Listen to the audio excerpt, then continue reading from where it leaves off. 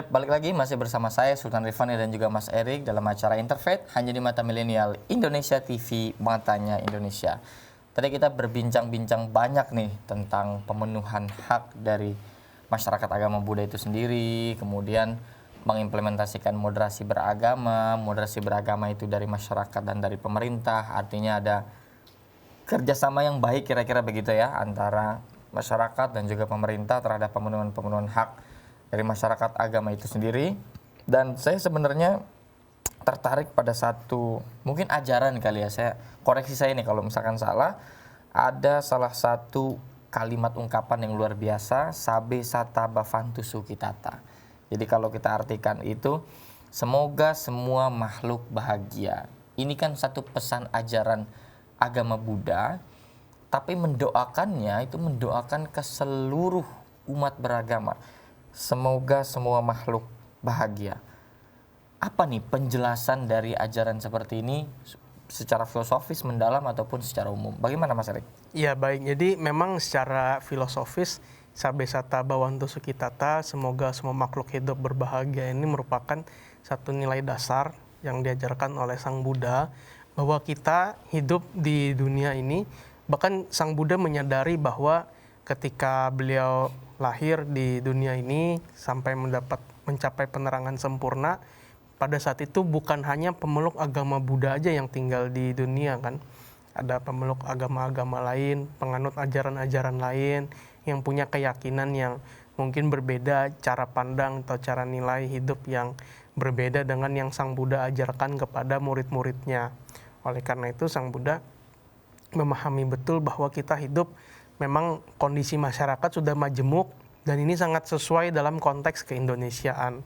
Bahwa ketika kita lahir, tumbuh dan besar di Indonesia, kita menyadari bahwa yang tinggal di Indonesia ini bukanlah dari golongan tertentu saja, bukan dari satu agama saja, tapi ada banyak agama di dalamnya, ada banyak sukunya, ada banyak agamanya, rasnya, antar golongannya, banyak marganya, sehingga kalau kita kaitkan dalam perspektif ajaran agama Buddha, jadi itu kapanpun bisa jadi potensi konflik. Betul. Dan bagaimana sabe sata bawantu sukitata ini merupakan satu ajaran untuk kita mendoakan bukan hanya kita saudara seagama ataupun saudara seiman yang beragama Buddha, tetapi kita juga bisa mendoakan seluruh umat manusia.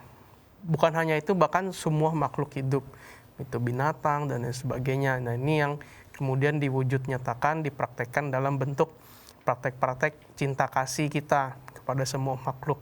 Bagaimana kita menanamkan nilai-nilai kepada generasi-generasi muda beragama Buddhis. Ayo kita mewujudkan nilai-nilai toleransi, mewujudkan nilai-nilai perdamaian, tidak mau menang sendiri, kita bisa saling mengalah, saling toleransi, tenggang rasa. Ini yang perlu kita wujudkan. Dan dalam sabe sata bawantu sukitata ini mengandung pesan-pesan tersebut. Semoga semua makhluk hidup berbahagia.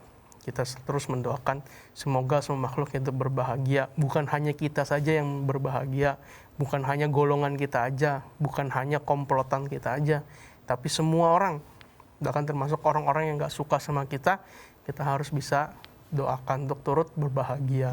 Apa saja turunan-turunan ajarannya, atau misalkan bagaimana umat beragama Buddha ini mengimplementasikan dari kalimat energi yang luar biasa ini, semoga semua makhluk bahagia itu dalam kondisi real di kehidupan masyarakatnya itu seperti apa? Yang pertama tentunya dengan mengembangkan nilai toleransi. Toleransi dalam arti tidak merasa bahwa ajaranku yang paling benar sehingga orang lain harus salah, harus mengikuti ajaranku. Tidak begitu. Kita tetap menghargai setiap orang punya pilihan, punya kehendak bebas atas agama yang dianutnya. Kita menghargai tersebut dan kita bisa hidup rukun berdampingan. Seperti yang digagas oleh Wadah Musyawarah Antar Umat Beragama ataupun sekarang kita kenal dengan istilah Forum Kerukunan Umat Beragama, bagaimana FKUB, para tokoh-tokoh agama tersebut bisa berada di sana. Dan yang gak kalah penting, kerukunan yang ada di tingkat elit ini bisa turun di tingkat masyarakat, di tingkat grassroots. Itu yang paling utama.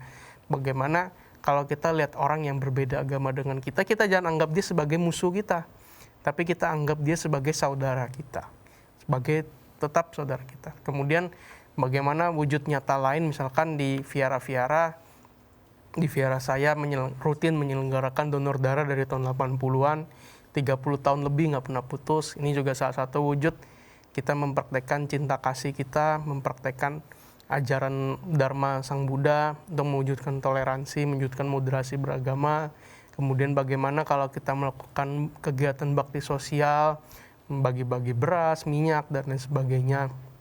Nah, ini juga bisa dirasakan manfaatnya bukan hanya oleh pemeluk agama Buddha, tapi juga pemeluk semua agama di Indonesia, selama mereka kategorinya membutuhkan. Nah, ini sesuatu wujud nyata yang kita terus gaungkan, bagaimana praktek moderasi beragama, toleransi ini betul-betul nyata untuk semua makhluk hidup berbahagia.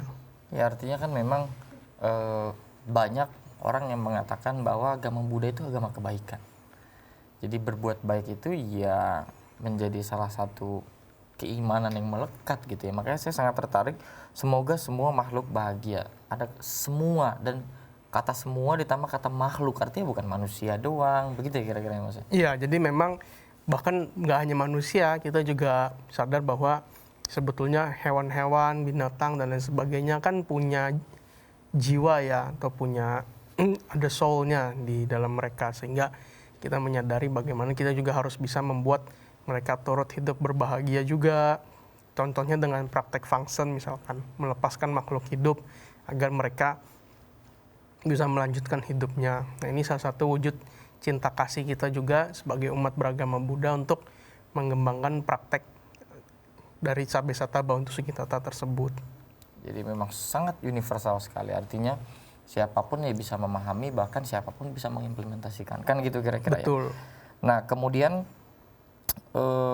adakah upaya juga yang memang secara kelembagaan dilakukan oleh entah vihara atau walubi untuk pada akhirnya juga mengimplementasikan moderasi beragama ini, Mas? Jadi memang untuk mewujudkan moderasi beragama ini nggak lepas dari praktek Tri Kerukunan Umat Beragama, di mana praktek Tri Kerukunan Umat Beragama ini adalah kita harus rukun di antara interan umat beragama kita.